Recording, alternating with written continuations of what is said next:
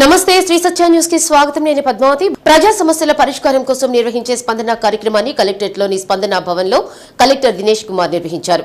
సమస్యలతో వచ్చిన బాధితుల నుంచి కలెక్టర్ అర్జీలు స్వీకరించి వారి సమస్యలను సంబంధిత అధికారుల దృష్టికి తీసుకువెళ్లి తక్షణం పరిష్కారం చేయాలని మండల అధికారులను ఆదేశించారు.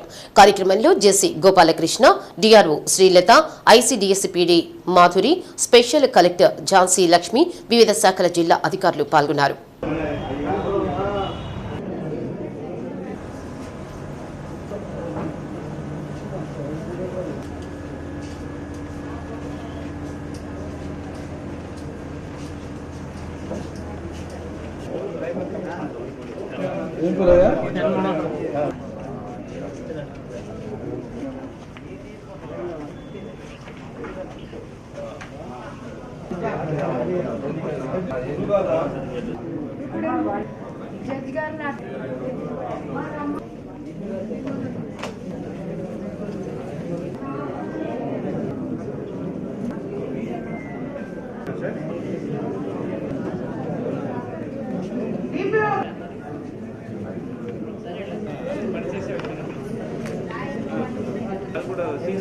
for both projects, sir.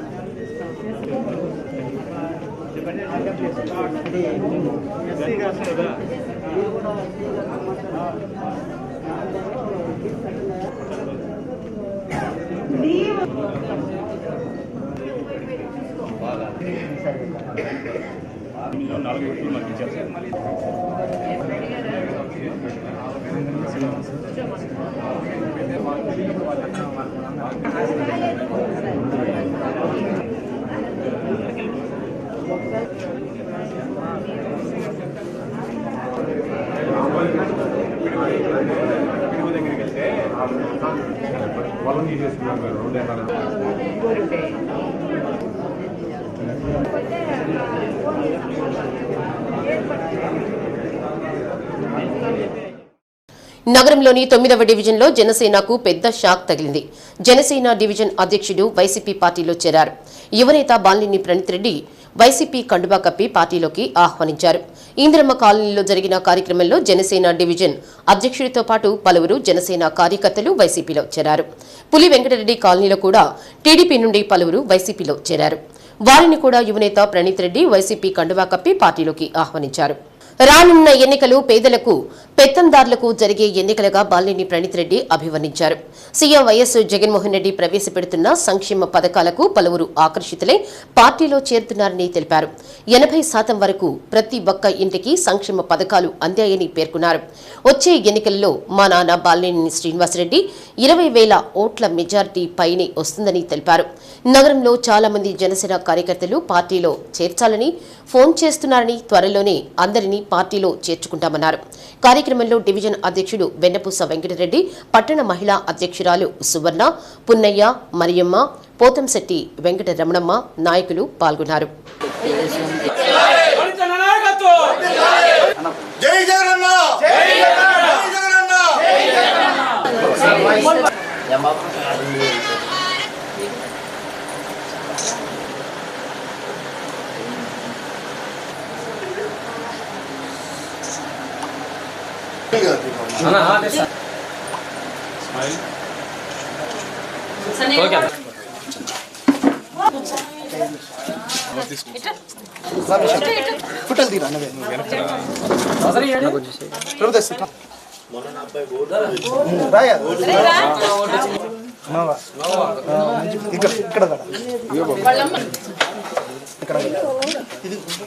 ఇల్లు కూడా వచ్చింది. ఎవరికి ఇల్లు లేదని చెప్పారు?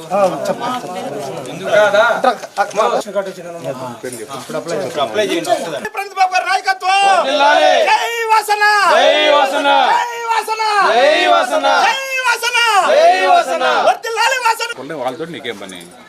వీడియో మొత్తం. నా నమస్కారాలు. నిన్న ఒంగోలులో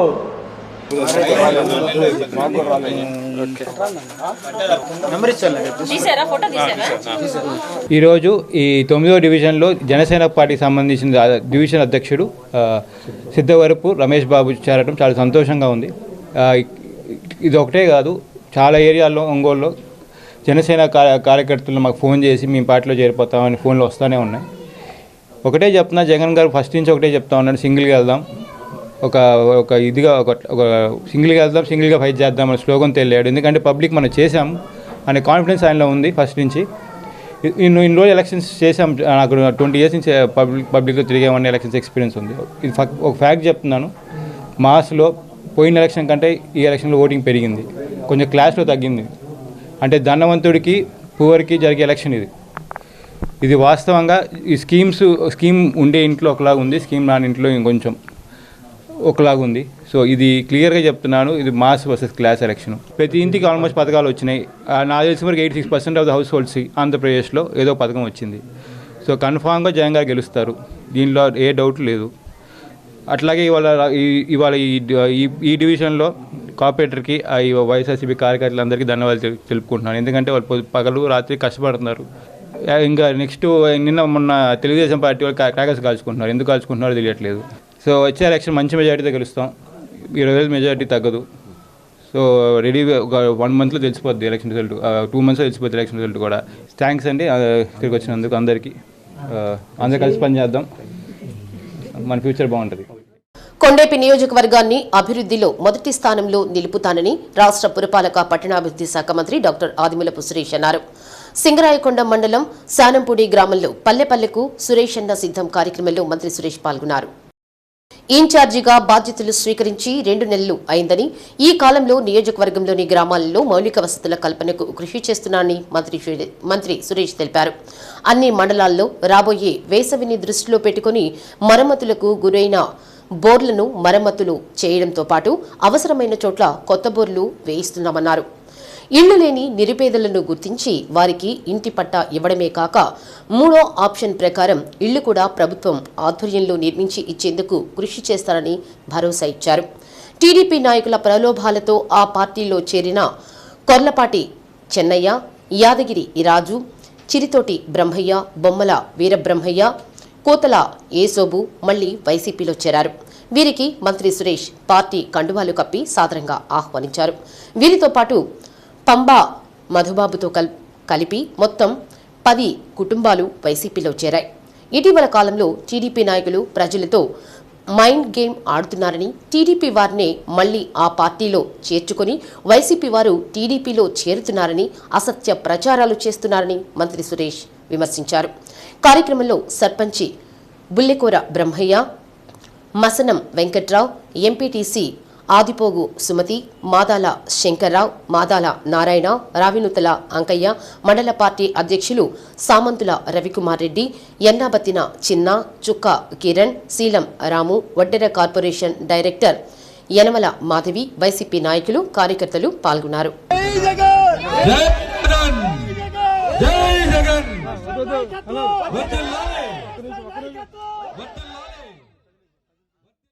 ఇల్లు రాని నిరుపేదలు ఉన్నారు, పట్టాలు రాని నిరుపేదలు ఉన్నారు. వారందరికీ పట్టాలు అందించాలి, వారందరికీ ఇల్లు కట్టించి ఇవ్వాలి. వీలైతే 3వ ఆప్షన్ కింద ప్రభుత్వమే ఇల్లు నిర్మించే కార్యక్రమాన్ని కూడా రాబోయే రోజుల్లో చేపడతామని చెప్పి కూడా సందర్భంగా మీ అందరికీ మనం చేసుకుంటాం. ఇది ఇంతవరకు జరిగి ఉండలేదనుకుంటా. నిరుద్యోగ యువతకు ఉపాధి కల్పించాలి అనేది ప్రభుత్వం యొక్క ఉద్దేశం. ఈరోజు ఆదివారం చాలా చోట్ల నేను తిరుపతి నుంచి వస్తూ ఉంటే స్కూళ్ళలో నుంచి పరిసరాలు వస్తూ ఉన్నాను. ఈ యొక్క కొండేపి నియోజకవర్గంలో యువతకు వాళ్ళ యొక్క జీవన ప్రమాణాలను మెరుగుపరుచుకునే కార్యక్రమం చేపట్టడం జరుగుతుంది. ముఖ్యమంత్రి సహాయ నిధి నుంచి చాలా వరకు సుమారు 60 నుంచి 70 లక్షల రూపాయల వరకు ఆర్థిక సహాయం అందించామని చెప్పుకునే సందర్భంగా జరుగుమల్లిలో కానివ్వండి, టంగుటూరులో కానివ్వండి, ఈ మెయిన్ రోడ్లు ఏవైతే ఉన్నాయో అవన్నీ కూడా గుంతలమయమై స్థానిక శాసనసభ్యులు పూర్తిగా పట్టించుకునే పరిస్థితుల్లో వాటన్నింటినీ కూడా రిపేర్లు చేయడం మొదలు పెట్టడం జరిగిందని చెప్పుకోవడం మీ అందరికీ మనం చేసుకుంటాం. ఈ యొక్క పొలాలకు పోయే వాటలు కానివ్వండి, ఈ యొక్క కాలువలు ఏవైతే ఉన్నాయో, మరి పాలేరు బిట్టకుంట కాలువ, మరి 25 కిలోమీటర్ల కాలువ ఊడుకుపోయి ఎవరు పట్టించుకునే పరిస్థితుల్లో దాన్ని పూడిక తీసివేస్తూ అట్లాగే చిల్ల చెట్లు కొట్టేసే కార్యక్రమాన్ని కూడా చేపట్టడం జరిగిందని చెప్పి కూడా మీ అందరికీ మనం చేసుకుంటాం. రాబోయే రోజుల్లో అభివృద్ధి అంటే ఏంటో రుచి చూపించడం జరుగుతుంది.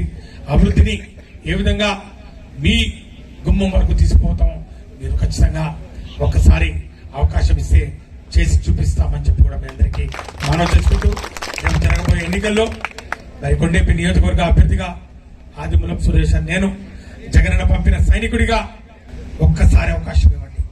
ఒక చక్కటి అవకాశం ఇస్తే దాన్ని నెరవేర్చుకొని మరి కొండేపి నియోజకవర్గంలో అట్లాగే రాష్ట్రంలో కూడా వైఎస్ఆర్ కాంగ్రెస్ పార్టీని గెలిపిస్తే డబుల్ ఇంజన్ స్పీడ్ లో అభివృద్ధి సంక్షేమం పరుగులు పెట్టిస్తామని చెప్పి కూడా మీ అందరికీ మనవి చేసుకుంటూ శాలంపూడి గ్రామ ప్రజలందరికీ కూడా చేతులు జోడించి సవినయంగా నమస్కారం. ఈ సమస్యలు ఏవైతే ఉన్నాయో తక్షణం నెరవేర్చగలిగేవి ఖచ్చితంగా నోట్ చేసుకుని వాటి మీద చర్యలు తీసుకుంటామని చెప్పి కూడా తెలియజేసుకుంటూ జగనన్నని గెలిపిద్దాం. జగనన్నే మన భవిష్యత్తు, జగనన్నే మన విశ్వాసం, నమ్మకం. జగనన్నను మళ్ళా వన్స్ మోర్ ముఖ్యమంత్రిగా చేసుకుందామని చెప్పి కూడా మనం చేసుకుంటూ జై జగన్.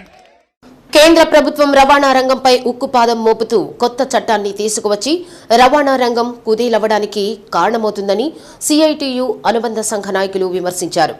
భారత ప్రభుత్వ భారత న్యాయ సంహిత 2023, భారతీయ సాక్ష్య బిల్లులు 2023, భారతీయ నాగరిక్ సురక్ష సంహిత 2023 చట్టాలు తీసుకువచ్చి కార్మికులను పని నుండి దూరం చేసే కుట్రలకు పాల్పడుతుందన్నారు. సిఐటియు కార్యాలయంలో నిర్వహించిన మీడియా సమావేశంలో అయ్యప్పరెడ్డి, గంటనపల్లి శ్రీనివాసరావు, తంబి శ్రీను పాల్గొన్నారు. దేశంలో రోడ్డు భద్రతా వారోత్సవాలు నిర్వహిస్తున్న యాక్సిడెంట్లు రోజుకు దేశంలో 2 లక్షలు జరుగుతున్నాయన్నారు. ప్రతి 70 కిలోమీటర్లకు ఒక రెస్ట్ షెల్టర్ నిర్మించాలని, రోడ్డు భద్రతకు తీసుకోవాల్సిన చర్యలు చేపట్టడం లేదని పేర్కొన్నారు. ఎన్నడూ లేని విధంగా సింగిల్ డ్రైవ్ విధానం వల్లనే యాక్సిడెంట్లు విపరీతంగా జరుగుతున్నాయని విమర్శించారు. ఈ చట్టాల వల్ల డ్రైవర్ తీవ్రంగా నష్టపోతున్నారని, కేసుల్లో దోషిగా తేలితే కఠినమైన కేసులు పెడుతూ డ్రైవర్లను 10 ఏళ్లుగా శిక్ష పడేలాగా చట్టాలు రద్దు చేయాలని డిమాండ్ చేశారు. రవాణా రంగాన్ని నిర్వీర్యం చేసి పెట్టుబడిదారులకు మేలు చేసే విధంగా ఈ చట్టాలు ఉన్నాయన్నారు. వెంటనే చట్టాలు ఉపసంహరించుకోవాలని డిమాండ్ చేశారు. ఈరోజు కేంద్ర ప్రభుత్వం 3 చట్టాలను పూర్తిగా రద్దు చేసి Indian evidence act, Indian penal code, criminal procedure code అనే 3 చట్టాలని పూర్తిగా రద్దు చేసి వాటి స్థానంలో భారతీయ న్యాయ సంహిత, భారతీయ నాగరిక సురక్ష సంహిత, భారతీయ సాక్ష్య సంహిత అనే 3 చట్టాలని, క్రిమినల్ చట్టాలని 3 చట్టాలను తీసుకొచ్చింది. ఇందులో ప్రధానంగా భారతీయ న్యాయ సంహిత చట్టంలో డ్రైవర్లకి శిక్షలు పెంచుతూ కొన్ని సెక్షన్లను పొందుపరిచింది. ఆ చట్టంలో గతంలో ఐపీసీలో సెక్షన్ 304A సెక్షన్ ఉన్నది. ఆ డ్రైవర్ ఏదైనా ప్రమాదాన్ని చేసినప్పుడు లేదా యాక్సిడెంట్కి గురైనప్పుడు సెక్షన్ 304Aని వాళ్ళకి అప్లై చేసి దానికి అనుగుణంగా చాలా నామినల్గా శిక్షలు వేయటం అనేది జరిగేది. ఈరోజు ఆ సెక్షన్ రద్దు చేసి భారతీయ న్యాయ సంహితలో సెక్షన్ 106 క్లాజ్ 1 and 2లను అమలు చేస్తూ ఫ్యాటల్ యాక్సిడెంట్ జరిగినప్పుడు డ్రైవర్కి 10 ఏళ్ళు జైలు శిక్ష, భారీ పెనాల్టీ విధించు సవరణ చేశారు. అట్లాగే యాక్సిడెంట్ జరిగినప్పుడు ఆ విషయాన్ని పోలీస్ స్టేషన్లో చెప్పిన సందర్భంలో 5 సంవత్సరాల జైలు శిక్ష, భారీ పెనాల్టీ వేయాలని చట్టాల్లో మార్పు చేశారు. దానికి సంబంధించిన వెంటనే డ్రైవర్లు స్పందించి దేశవ్యాప్తంగా నిరసన కార్యక్రమాలు చేశారు. భారతదేశ వ్యాప్తంగా ఫిబ్రవరి 16వ తారీఖున అన్ని రవాణా రంగ కార్మికులు నిరసన కార్యక్రమాలు భారీ ఎత్తున తెలియజేశారు. వీటి నేపథ్యంలో మేము చట్టమే చేసే కానీ అమలు చేయట్లేదు కానీ ప్రకటించారు. కానీ ఇప్పుడు తాజాగా నోటిఫికేషన్ రిలీజ్ చేశారు. జూలై 1 నుంచి ఈ చట్టాలను అమలు చేస్తామని. కాబట్టి ఈ ఇచ్చిన నోటిఫికేషన్ వెనక్కి తీసుకోవాలని ARTWF, all India road transport workers ఫెడరేషన్గా, ఆర్టీసీ స్టాఫ్ అండ్ వర్కర్స్ ఫెడరేషన్గా మేము కేంద్ర ప్రభుత్వం డిమాండ్ చేస్తూ ఉన్నాము. వీటిల్లో ప్రధాన మార్పు ఏంటంటే, ఇప్పుడు కనుక యాక్సిడెంట్ జరిగితే డ్రైవర్ కనుక బాధ్యుడైతే 5 సంవత్సరాల జైలు శిక్ష, 5 లక్షల రూపాయలు జరిమానా విధించేటువంటి చట్టం ఒకటి వచ్చింది. అది 106, 1-2 సెక్షన్లో ఉన్నటువంటి విషయాలు. దీన్ని వ్యతిరేకించాము మేము. అదే డ్రైవరు యాక్సిడెంట్ చేసి కనుక డ్రైవరు ఎవరికి చెప్పకుండా కనుక పారిపోతే 10 సంవత్సరాల జైలు శిక్ష, 10 లక్షల రూపాయలు డబ్బులు కట్టాలి. ఈ చట్టమే కనుక అమలైతే, ఇప్పుడు ఈ 3 చట్టాల్లో ఉన్నటువంటి ప్రధాన ఉద్దేశం ఇది కనుక ఇప్పుడు అమలైతే అసలు భారతదేశంలో డ్రైవర్ అనేవాడు ఎవరు కూడా బయటకు వచ్చేయండి పరిస్థితి లేదు, రోడ్ల మీదకి రారు. ఎందుకని రారు అంటే 10 లక్షల రూపాయలు డబ్బులు కట్టాలి. ఎక్కడి నుంచి తీసుకురావాలి? 5 రూపాయలకి, 10 రూపాయలకి, 20 రూపాయలకి వడ్డీ ఈరోజు బయట మారుతాం. 10 లక్షలు కట్టిన తర్వాత దాన్ని మళ్ళీ తీర్చడానికి మొత్తం వాళ్ళ కుటుంబం అంతా కూడా సంక్షోభంలోకి వెళ్ళిపోదు. రెండోది, 10 సంవత్సరాలు జైలు శిక్ష అనుభవించిన తర్వాత నీకు భార్య, పిల్లలు వీళ్ళందరి సంగతి ఎవరు చూసుకోవాలి? అందువల్ల ఇంతటి ప్రమాదకరమైన చట్టాలని కేంద్ర ప్రభుత్వం తీసుకొస్తుంది. అయితే కేంద్ర ప్రభుత్వానికి ఇంత ప్రమాదకరమైన తెలియదా? తెలిసినా కూడా ఎందుకు తీసుకొస్తుందంటే ఈ రవాణా రంగం మొత్తాన్ని భారతదేశంలో కార్పొరేట్స్కి అప్పచెప్పాలని చూస్తూ ఉన్నాం. మొత్తం ఈరోజు భారతదేశాన్ని అమ్మేసి భారతదేశం మొత్తం ప్రభుత్వ రంగ సమస్యలు, రోడ్లు, ఇంకా విమానాశ్రయాలు, పోర్ట్లు ఇవన్నీ కూడా అమ్మేసి కార్పొరేట్స్కి అప్పచెప్పేసి దీన్ని వాళ్ళు చూస్తూ ఉండటం కోసం మాత్రం ఈ చట్టాలు ఈరోజు ఓల్వా, ఊబర్ అనే కంపెనీలకు ఇవ్వటం కోసం, దారాదత్తం చేయడం కోసమే ఈరోజు మోదీ ప్రభుత్వం ఇటువంటి 106, 2, 3, 1 క్లాజులు అనేది తీసుకురావడం అనేది జరిగింది. దీంట్లో ఇప్పటికే రవాణా రంగంలో 35% లోటు ఈరోజు డ్రైవర్లకు ఉంది. ఇంకా కానీ దీన్ని అమలు చేస్తే రవాణా రంగం కుదేలయ్యే పరిస్థితి ఉంది. ఇప్పటికే కరోనా నేపథ్యంలో ఈ ఆటోమొబైల్ సెక్షన్ మొత్తం కుదేలైంది. అందువలన ఇప్పుడున్నటువంటి భారత ప్రభుత్వం వ్యవసాయం తర్వాత రెండో రంగంలో ఉన్నటువంటి ఈ రవాణా రంగ కార్మికులందరూ చాలా ఇబ్బందులు పడే పరిస్థితి ఉంది. ఈ కుటుంబాలు ఆత్మహత్య చేసుకునే పరిస్థితి ఉంది. అందువలన దీన్ని కానీ కొనసాగిస్తే మేము ఆటో కార్మికులందరినీ ఐక్యం చేసి దేశవ్యాప్త ఉద్యమాన్ని ఉధృతం చేస్తామని బులెటిన్లో విరామం. బాధితుల సమస్యలను వెంటనే పరిష్కరించాలని జిల్లా ఎస్పీ పరమేశ్వరరెడ్డి సంబంధిత అధికారులను ఆదేశించారు. నగరంలోని జిల్లా ఎస్పీ కార్యాలయంలో జరిగిన స్పందన కార్యక్రమంలో బాధితుల నుంచి అర్జీలు స్వీకరించారు. బాధితుల సమస్యలను నేరుగా ఎస్పీ తెలుసుకున్నారు. జిల్లా నలుమూలల నుండి వచ్చిన వినతులను ASP Nageswararao, DSP Kishore Babu, traffic DSP శ్రీనివాసరావులు పరిశీలించారు. ప్రధానంగా సివిల్ తగాదాలు, ఆర్థిక లావాదేవీలపై కొందరు ఫిర్యాదు చేశారు.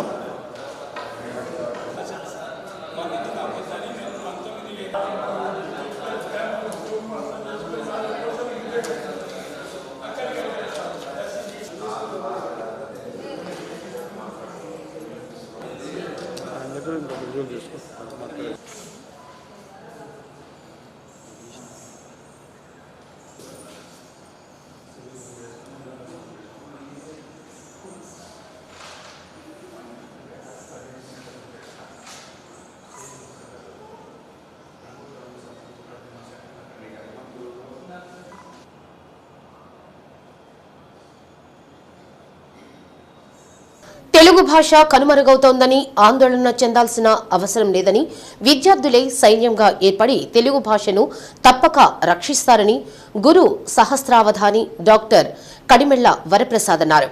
మంగమూరు రోడ్ బైపాస్లోని శ్రీహర్షిని డిగ్రీ కళాశాల ఆవరణలో తెలుగు భాష అభ్యాసం ఆవశ్యకత అనే అంశం గురించి విద్యార్థులకు అర్థమయ్యేలా ఆయన ప్రసంగించారు.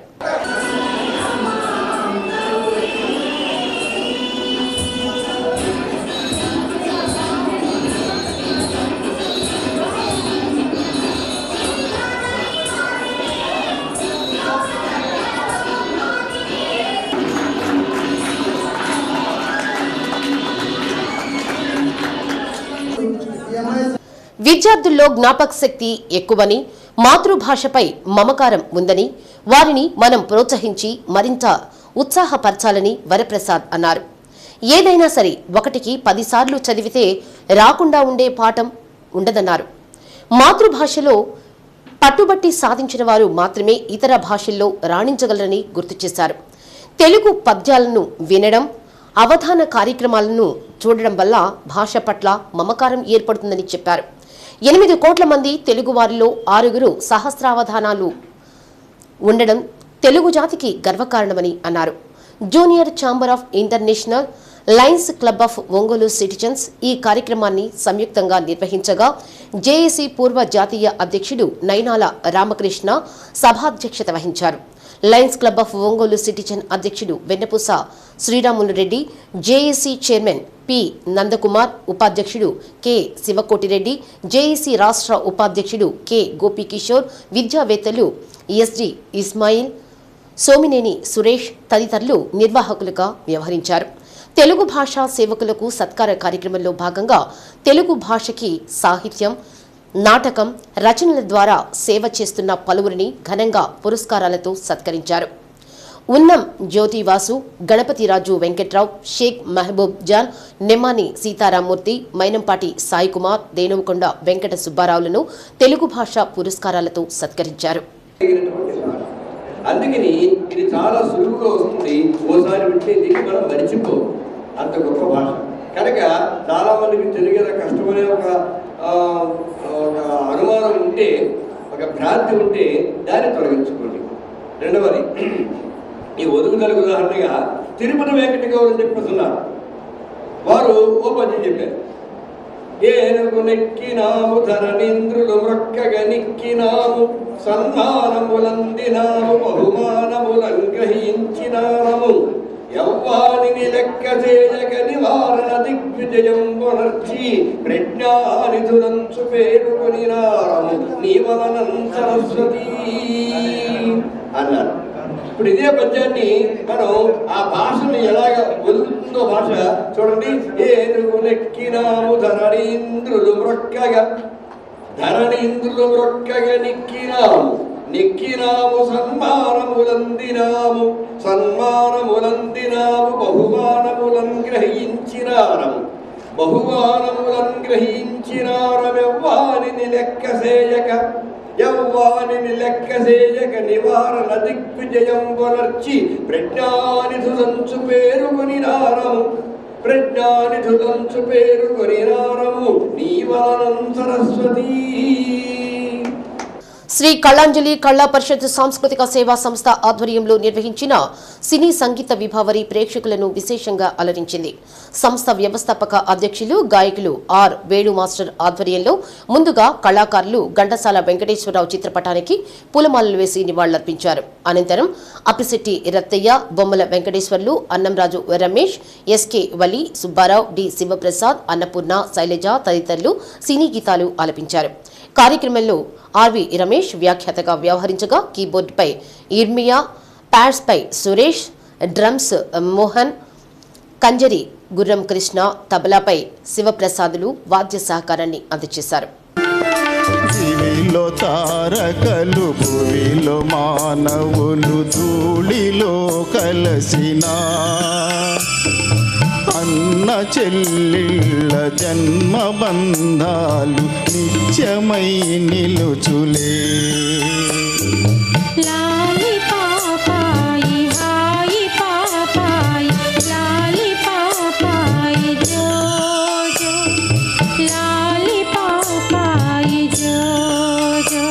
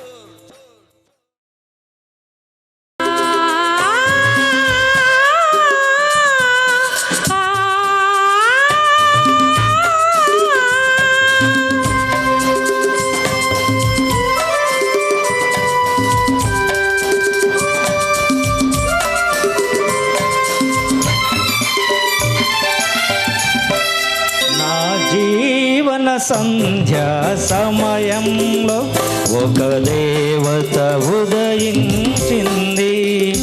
ఆ రూపమే అపురూపమై అమర దీపమై వెలిగింది నా జీవన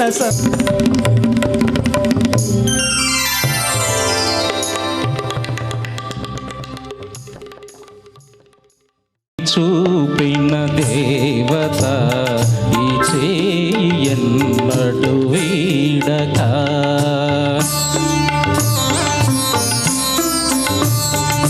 దారి చూపిన దేవత ఈ చేయి ఎన్నడు వీడక జన్మ జన్మకు తోడుగా నా దానవై బులెటిన్లో విరామం. దేశవ్యాప్తంగా 150 ప్రదర్శనలు చేసిన పడమటి గాలి నాటకాన్ని ఒంగోలు నగరంలోని హైదరీ క్లబ్లో ఈ నెల 27, 28 తేదీల్లో పునః ప్రదర్శించనున్నట్లు నాటక రచయిత పాటిబండ్ల ఆనందరావు తెలిపారు. నాటక ప్రదర్శనకు హైదరీ క్లబ్లో జరుగుతున్న ఏర్పాట్లను ఆనందరావుతో పాటు వెంకట శేషయ్య, కేఎల్ నరసింహారావు, దేనుకొండ సుబ్బారావు తదితరులు పరిశీలించారు. 4 గంటలకు పైగా విడివి ఉండే నాటకాన్ని పూర్వపు జిల్లా జాయింట్ కలెక్టర్గా పనిచేసిన బలరామయ్య 2 గంటల 15 నిమిషాలకు కుదించిన నాటకాన్ని మరలా ప్రదర్శించేలా ఏర్పాట్లు చేసినట్లు తెలిపారు. 29వ తేదీన పక్కింటి మొగుడు అనే నాటకాన్ని కూడా ప్రదర్శిస్తున్నామన్నారు. ప్రేక్షకులందరూ ఈ అవకాశాన్ని సద్వినియోగం చేసుకోవాలన్నారు.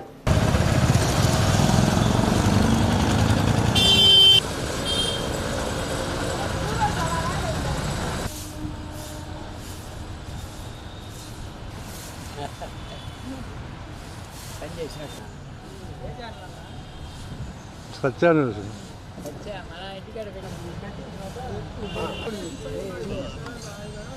హలో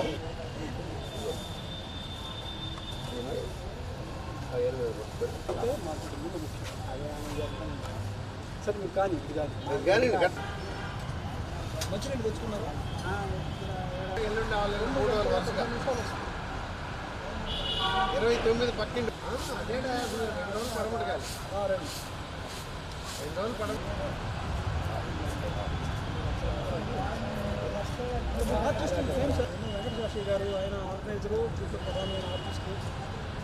పడమటి గాలి గత 25 సంవత్సరాలుగా ప్రదర్శిస్తున్న సంగతి ప్రేక్షకులు తెలుసు. అది 4.5 గంటల డ్యూరేషన్తో గత 25 సంవత్సరాలుగా 150 ప్రదర్శనలు చేసి కాస్త అలసిపోయాం పెద్దవాళ్ళ వారి కళాకారులు. అయితే ఆ నాటకాన్ని ఇంకా భవిష్యత్తులో కొనసాగించాలనేటువంటి కోరిక మేధావులు విమర్శకులు భావించి ముఖ్యంగా మన జిల్లాలో జాయింట్ కలెక్టర్గా పనిచేసిన శ్రీ బలరామయ్య గారు ఆ నాటకాన్ని ఎడిట్ చేసి 2 గంటల 15 నిమిషాలకు కురించి కొత్త స్క్రిప్ట్ తయారు చేశారు. కొంతమంది పాత ఆర్టిస్టుల్ని మరి కొంతమంది కొత్త వాళ్ళని కలుపుకొని మళ్ళీ పునః ప్రారంభిస్తున్నాం. రేపు ఎల్లుండి అనగా ఫిబ్రవరి 27, 28 తేదీల్లో సాయంత్రం సరిగ్గా 7 గంటల 15 నిమిషాలకి నాటకం మొదలవుతుంది. హైదరీ క్లబ్ ఆవరణలో చర్చి హెడ్ పోస్ట్ ఆఫీస్ ఎదురుగా ఉన్నటువంటి హైదరీ క్లబ్ ఆవరణలో హైదరీ క్లబ్ వారి సహకారంతో మేము ఇక్కడ 3 రోజులు ప్రదర్శన చేస్తున్నాం. 22వ తేదీ 7 గంటల సాయంత్రం 7 గంటలకు పడమటి గాలి, 28వ తేదీ కూడా మళ్ళీ పడమటి గాలి నాటకం 2వ ప్రదర్శన, 3వ తేదీన ఇవాళ ఆంధ్రదేశంలో సంచలనం సృష్టిస్తున్నటువంటి ఒక గొప్ప నాటిక అది పక్కింటి మొగుడు. పండు క్రియేషన్స్ కొత్తోలు సంస్థ ఈ కార్యక్రమాలను నిర్వహిస్తుంది. దాని మేనేజరు ఆర్గనైజరు వెంకటశేషయ్య గారు 7 గంటల 15 నిమిషాల నాటకాన్ని ఖచ్చితంగా ప్రారంభిస్తాం. ప్రేక్షకులు నాటకాభిమానులు అందరూ వచ్చి మా కళాకారులు మా ప్రదర్శన చూసి మా కళాకారులను ఆశీర్వదించవలసిందిగా సగనంగా మనం చేస్తున్నానండి. నమస్కారం. వారు నోరు తెరిచి మాట్లాడలేరు, ఎదుటివారు చెప్పేది వినలేరు. ఎవరైనా మాట్లాడుతుంటే పసిపిల్లలు మాదిరిగా అమాయకంగా చూస్తూ ఉంటారు. అలాంటి వారిని ప్రతిభావంతులుగా తీర్చిదిద్దుతోంది ఒంగోలులోని ప్రభుత్వ బదిలీల పాఠశాల.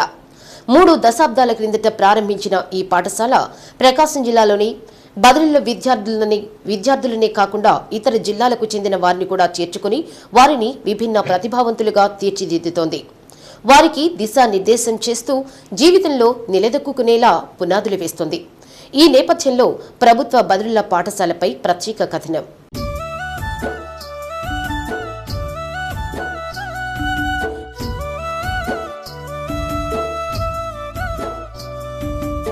1991లో ఒంగోలు భాగ్యనగర్ మొదటి లైన్లో ప్రభుత్వ బదిలీల పాఠశాలను ఏర్పాటు చేశారు.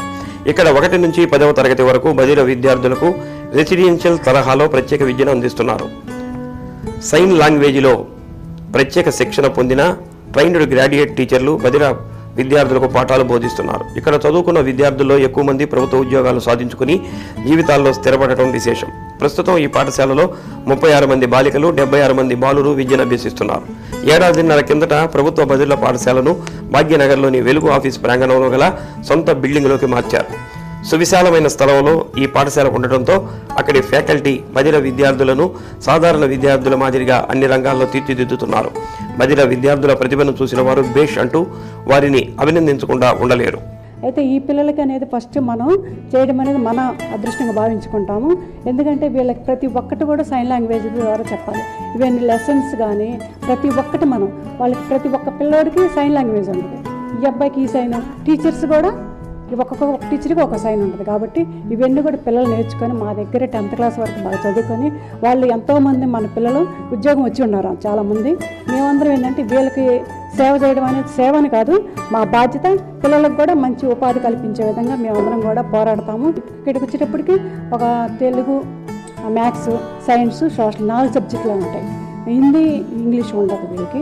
తర్వాత లోయర్ క్లాసులకు వచ్చినప్పుడు మేమేంటంటే అన్ని క్లాసులు దాదాపుగా అన్ని సబ్జెక్టులు మేము చెప్పుకోవాలి సార్.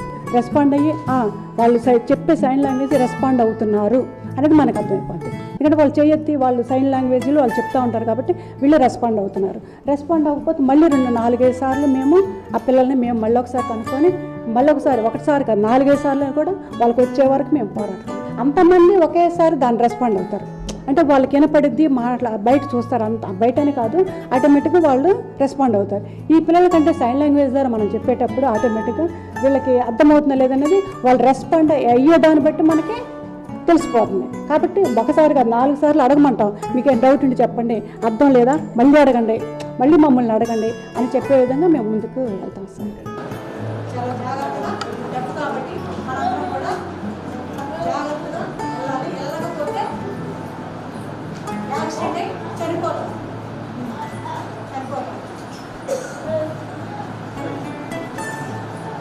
మనం ఎప్పుడు కూడా ఎడమవైపు నడవాలి. ఏమన్నాడు?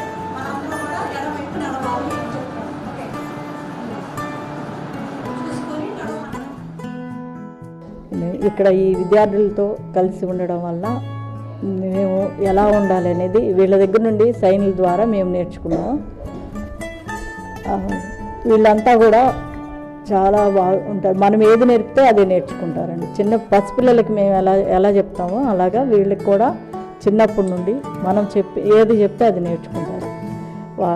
చాలా నమ్మకంగా ఉంటారు, మంచిగా ఉంటారు.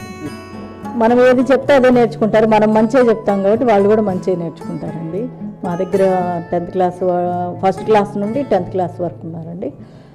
10th క్లాసు ప్రతి సంవత్సరం 100% రిజల్ట్ వస్తుందండి మాకు.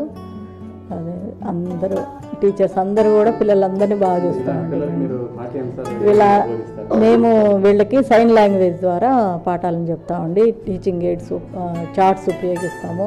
అవసరమైతే టీచింగ్ ఎయిడ్స్ ఇంకా ఏదైనా ఆబ్జెక్టివ్స్ అవి ఉంటే అది తీసుకొచ్చి వాటిని చూపిస్తూ వీళ్ళకి పాఠాలు చెప్తామండి. ముందు ప్రాక్టీస్ చేయడం కాదండి, కొన్ని సైన్లు వాళ్ళ దగ్గర నేర్చుకుంటాం. అంటే వేరే వేరే ఊర్ల నుండి వస్తారు, వేరే వేరే వాతావరణంలో పెరిగిన పల్లెటూరు అట్లా పెరిగిన వాళ్ళు ఉంటారు. వాళ్ళ సైన్లు వేరేగా ఉంటాయి. కొన్ని అట్లా వాళ్ళ దగ్గర కొన్ని నేర్చుకుంటాము. మేము చదివినప్పుడైతే మామూలుగా సైన్ లాంగ్వేజ్ ఏమి ఉండదండి. మామూలుగా వీళ్ళకి కూడా భాష నేర్పించాలి అని అంటారు, కానీ వీళ్ళు ఎక్కువగా సైన్ లాంగ్వేజ్ ఫాలో అవుతూ ఉంటారు. కాబట్టి సైన్ లాంగ్వేజ్ ఓవరాల్గా 2 చెప్తాను. అంటే అంత నాలెడ్జ్ ఉండరండి వీళ్ళకి, జ్ఞాపక శక్తి చాలా తక్కువగా ఉంటుంది. అంటే చదువుతారు, బాగా చదువుతారు. ఇప్పుడు మన కంటిన్యూషన్ ఉంటే వాళ్ళు కొంచెం గ్యాప్ వచ్చినా మర్చిపోతారండి, త్వరగా మర్చిపోతారు. ఇక్కడి బదిలీ విద్యార్థులు కంప్యూటర్ నాలెడ్జ్లో కూడా మంచి పట్టు సాధిస్తున్నారు. ఇందుకోసం ప్రత్యేకంగా కంప్యూటర్ ల్యాబ్ కూడా ఏర్పాటు చేశారు.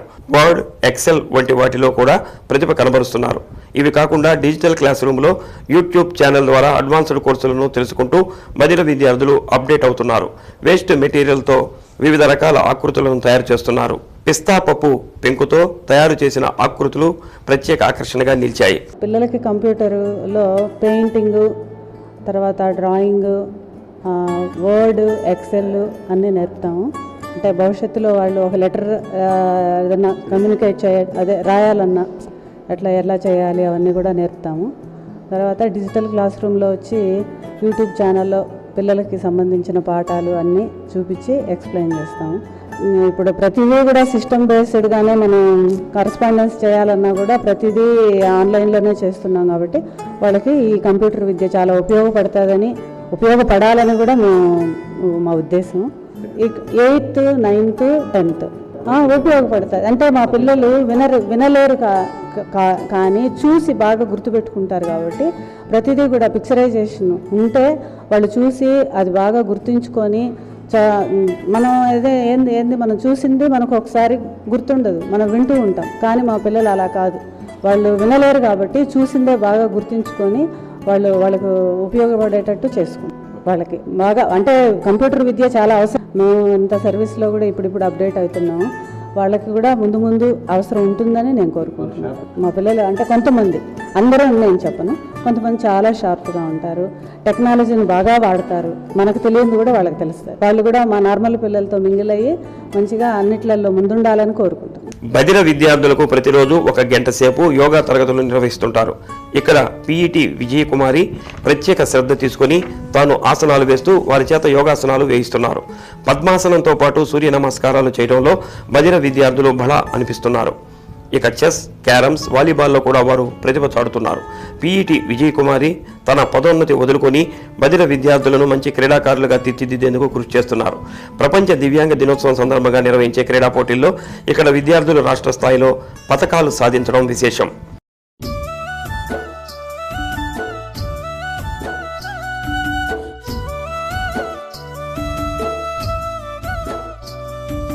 ఇలాంటి పిల్లలు బాగా మనతో పాటు నార్మల్ పిల్లలతో పాటు సమానంగా చేయగలరనే సత్తా మా స్కూల్లో టీచర్లందరూ అవరణ కృషి చేస్తూ ఉంటారు. వీళ్ళల్లో ఉన్న నిగూఢంగా నిద్రాణంగా ఉన్న కళలను పైకి తేయడానికి ఎప్పుడన్నా మా స్టాఫ్, ప్రిన్సిపాల్ అందరం సాయశక్తులా మేము కృషి చేస్తాము. వీళ్ళు మాటలు రావనే కానీ మనతో సమానంగా వీళ్ళు అన్ని పనులు చేయగలరు. ఒక మాట ఒక్కటే వీళ్ళకి రాదు. ఇప్పుడు గేమ్స్ పరంగా చూసుకుంటే volleyball, kho, kabaddi, carroms, chess, వివిధ రకాలైన అన్ని క్రీడలు వీళ్ళు ఆడగలరు.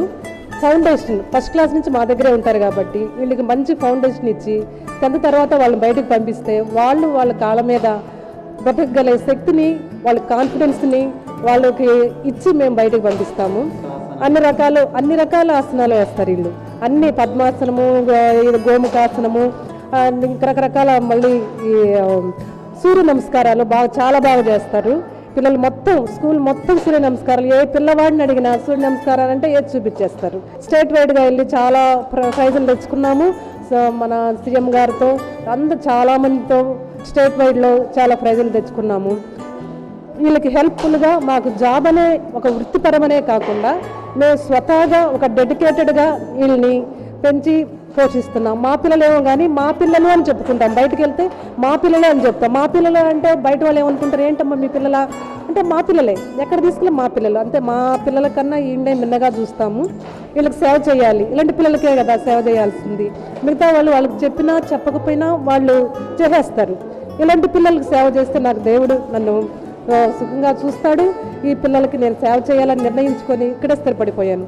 కానీ ఈ పిల్లలకు సేవ చేయాలని ఆ దృష్టితో నేను ఇక్కడే పిఈటీగా ఉండిపోయా. ఎంఏ, ఎంపీఈడి నా క్వాలిఫికేషన్. ఎందుకంటే వాళ్ళ నైపుణ్యాన్ని వెలికి తీయాలి అనే ఉద్దేశంతో. ఇదిలా ఉండగా నెల్లూరు జిల్లా నరసాపాలెంకు చెందిన మాధవి అనే మహిళ తన కుమారుడు జగదీష్ను ఇక్కడ చేర్పించారు. తమ ఊరిలో సాధారణ స్కూల్లో చేర్పించినప్పటికీ పుట్టుకతో బదిలీడు కావడంతో ఎలాంటి పురోగతి కనిపించలేదు. ఒంగోలు బదిలీల పాఠశాలలో చేర్పించడం ద్వారా మంచి మార్పు కనిపించిందని సంతోషంగా చెప్పారు. మాధవి, మా అబ్బాయి పేరు Jagadish sir. Narasapuram school join చేసేటప్పుడు ఆ మేడం చెప్పింది, ఇక్కడ నేను చెప్పేది అబ్బాయికి అర్థం కావట్లేదమ్మా, ఒంగోలు స్కూల్ జాయిన్ చేయండి, అక్కడ మేడం టీచర్ అంతా అసలు బాగుంటుంది అని చెప్పారు. అక్కడ నుంచి మేము ఇక్కడ తీసుకొచ్చాం సార్. అక్కడి నుంచి ఇక్కడ మా బాగా వాతావరణం. Narasapuram school sir, Narasapuram. అంటే వాళ్ళు మాట్లాడుతున్నారు కదా, ఈ అబ్బాయికి అర్థమయ్యేది కాదంట. మేడం చెప్పింది, మేము చెప్పేది అబ్బాయికి అర్థం కావట్లేదు కదమ్మా అక్కడైతే వాళ్ళ లాంగ్వేజ్లో చెప్తాడు, బాగా అర్థమవుతుంది అని ఆ మేడం ఇక్కడికి చెప్పింది సార్. మేము ఇక్కడ తీసుకొచ్చి పర్వాలేదు సార్. ఇక్కడికి వచ్చినప్పటి నుంచి మార్పు బాగా వచ్చింది. అక్కడ ఉన్నప్పుడు అంత లేదు, అబ్బాయికి తెలిసి లేదుగా, మేము చెప్పేది అర్థమయ్యేది కాదు, బాగుండేవాడు. ఇక్కడ నుంచి ఇక్కడికి వచ్చిన తర్వాత చాలా మార్పు వచ్చింది సార్ మా అబ్బాయికి. అంటే చదవడం కానీ, రాయడం కానీ, చెప్పడం, మేము చెప్పేది కొంచెం అర్థం చేసుకోవడం, అబ్బాయి మాకు చెప్పడం కానీ, మేము పక్కన మా ఊర్లో కూడా ఇక్కడ చేర్పించమని ఉన్న వాళ్ళకి చెప్తున్నాం సార్. అంటే మాకు నచ్చింది కాబట్టి వాతావరణం అంతా మా ఊరు వాళ్ళకి తెలిసిన వాళ్ళకు చెప్పి బాగా తీసుకుంటున్నాం. ఫుడ్ కానీ, వాతావరణం కానీ అంతా బాగుంది కాబట్టి మేము పక్కన వాళ్ళకి కూడా చెప్తున్నాం. మాకు నచ్చింది కాబట్టి పక్కన వాళ్ళకి చెప్తున్నాం సార్. నోరు తెరిచి ఏమీ అడగలేని ఆ పిల్లలను తల్లిదండ్రులు తమపై నమ్మకంతో ఇక్కడికి పంపారని, మేమంతా వారిని కన్నబిడ్డల్లో చూసుకుంటూ వారి ఉన్నతికి బాటలు వేస్తున్నామని ప్రభుత్వ బదిర్ల పాఠశాల ప్రిన్సిపాల్ టి వెంకటేశ్వర్లు చెప్పారు. విభిన్న ప్రతిభావంతులు మరియు వయోవృద్ధుల సంక్షేమ శాఖ ఆధ్వర్యంలో ఈ పాఠశాల నడుపబడుతుంది. ఇందులో 36 మంది పిల్లలు, ఆడపిల్లలు, 76 మంది అబ్బాయిలు చదువుతున్నారు. 1 నుంచి 10వ తరగతి వరకు విద్యార్థులు ఇక్కడ విద్యను అభ్యసిస్తున్నారు. వివిధ జిల్లాల నుంచి ఇక్కడ పిల్లలు, ఈ సరౌండింగ్స్ జిల్లాల నుంచి ఈ పిల్లలు ఇక్కడ విద్యను అభ్యసించడం జరుగుతుంది. పిల్లలు ఎలా సర్దుబాటు చేసుకొని పిల్లలతో కలిసిమెలిసి ఉండాలి, తర్వాత పిల్లల బ్యాక్గ్రౌండ్ ఏంటి, మన బ్యాక్గ్రౌండ్ ఏంటి, మన స్తోమత కలవాళ్ళ, స్తోమత లేని వాళ్ళ, ధనిక పేద అంటే వ్యత్యాసం అనేది వాళ్ళకి తెలుస్తుంది. తర్వాత ఇక్కడికి వచ్చిన తర్వాత పిల్లలు కల్చర్ నేర్చుకుంటారు. మన సొసైటీలో ఎలా ఉండాలి, మనం ఎలా ఉంటే బాగా ఉంటాము, చదువుకుంటే మనం ఏమవుతాం, దానివల్ల ప్రయోజనం ఏంటి అనేది ఈ పిల్లలకి బాగా ఇక్కడికి వచ్చిన తర్వాత, మన అందరూ కూడా సంఘజీవులు కాబట్టి సంఘంలో ఏం జరుగుతుంది మనం చూసి నేర్చుకుంటాం. అట్లాగే ఈ పిల్లలు ఇక్కడికి వచ్చిన తర్వాత వాళ్ళకి మాట లేకపోవచ్చు కానీ తెలివితేటల విషయంలో చాలా అమోఘంగా ఉంటారు. వాళ్ళు ఇది అనుకరిస్తారు కూడా. కాబట్టి మనం వాళ్ళ ముందు చెడు అనేది చేయకూడదు. చెడు చేసినప్పుడు చెడు మార్గంలో వాళ్ళు అనుసరించడానికి అవకాశాలు చాలా ఉన్నాయి. కాబట్టి వాళ్ళ ముందు ఏంటంటే మనం చాలా జాగ్రత్తగా ఉండాలి. ఎవరి బిహేవియర్ ఎలా ఉంటుంది, ఏ టీచరు ఎలా ఉంటారు, ఏ వర్కరు ఎలా చేస్తారు, ఇవన్నీ కూడా వాళ్ళు అనుకరణ రూపంలో బ్రహ్మాండంగా బయట వాళ్ళకు కూడా అర్థమయ్యే విధంగా వాళ్ళు చెప్పగలుగుతారనమాట. మాట అనేది భగవంతుడు లోపం చేశాడు, కానీ రూపం విషయంలో కానీ ఏ విషయంలో కానీ వాళ్ళు చూసి చేసే పని ఏ పనైనా కూడా బ్రహ్మాండంగా చేయగలరని దీనికి ప్రత్యేకమైన ట్రైనింగ్ ఉంది. ఆ ట్రైనింగ్ చేసిన తర్వాత హైదరాబాద్లో మనోవికాస గోవిందపల్లిలో మాకు ఈ ప్రత్యేక విద్యార్థులకు బోధించే శిక్షణా కేంద్రం అక్కడ ఉంది. అన్నీ మనమై చేయాలి. తల్లిదండ్రుల బాధ్యత చేయాలి, ఉపాధ్యాయుల బాధ్యత చూడాలి. ఎందుకంటే ఈ పిల్లలు మన వాళ్ళన్నీ ఇక్కడ వదిలిపెట్టారు. మీరు పిల్లల్ని చేర్పించడం మీ బాధ్యత.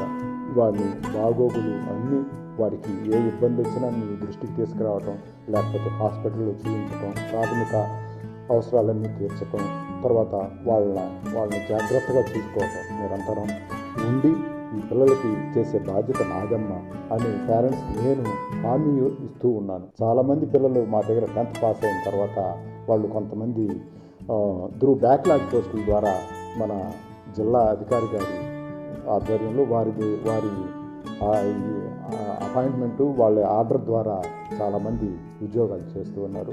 వాళ్ళ ఫ్యామిలీస్ చూసినప్పుడు చాలా సంతోషంగా అనిపిస్తుంది. మనం చదువుకున్న పిల్లవాడు ఈ స్థితిలో ఉన్నాడు అని అనిపిస్తుంది. ఎక్కువగా వీళ్ళు ఏం చేస్తుంటారంటే వాళ్ళు డెఫ్నే చేసుకుంటారు, నార్మల్స్ని చేసుకోరు. ఎందుకంటే వాళ్ళ కమ్యూనికేషన్ కానీ వాళ్ళని అర్థం చేసుకోవటం కానీ ఇవన్నీ కూడా చాలా ఈజీగా ఉంటుంది వాళ్ళకి. మాటలు వచ్చేవాళ్ళు మనం మోసం చేస్తారో ఏమనేది ఒక ఆలోచన. అదే విధంగానే ఉంటారు.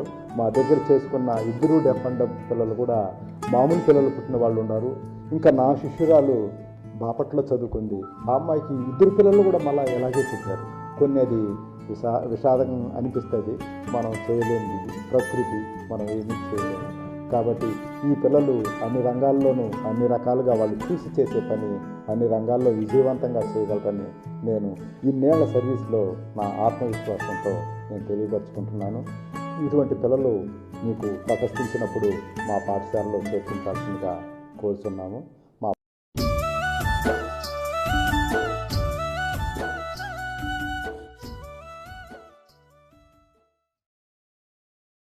కారు ట్రాక్టర్ ఢీకొన్న సంఘటనలో మృతి చెందిన యువకుడి కుటుంబానికి న్యాయం చేయాలంటూ బాధితులు ఒంగోలు రిమ్స్ వద్ద ఆందోళనకు దిగారు. జరుగుమల్లి మండలం వావిలెటిపాడు వద్ద జరిగిన ప్రమాదంలో బొడ్డు శశికుమార్ 24 సంవత్సరాలతను మృతి చెందగా జజ్జర యశ్వంత్ తీవ్రంగా గాయపడ్డాడు. కారును శనగల లోడుతో వెళ్తున్న ట్రాక్టర్ ఢీకొట్టడంతో ఈ దుర్ఘటన జరిగింది.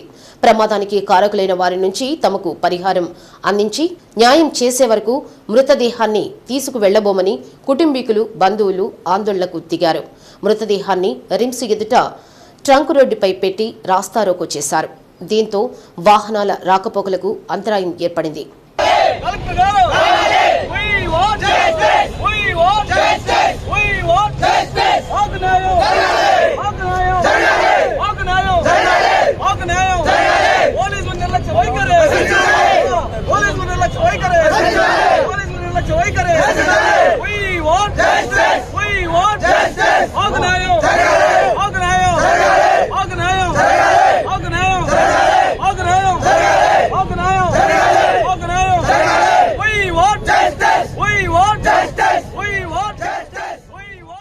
సత్య న్యూస్ లో నేటి మాట. గెలుపు ఒకేసారి అందరికీ సాధ్యం కాదు, కానీ అందరికీ గెలిచే అవకాశం ఉందని మర్చిపోవద్దు. శ్రీ సత్య న్యూస్ ఇంతటితో సమాప్తం. నిరంతరం చూస్తూ ఉండండి శ్రీ సత్య న్యూస్. ఇవి బులెటిన్ విశేషాలు. తిరిగి మరో బులెటిన్ మళ్ళీ కలుద్దాం. అంతవరకు సెలవు. నమస్తే.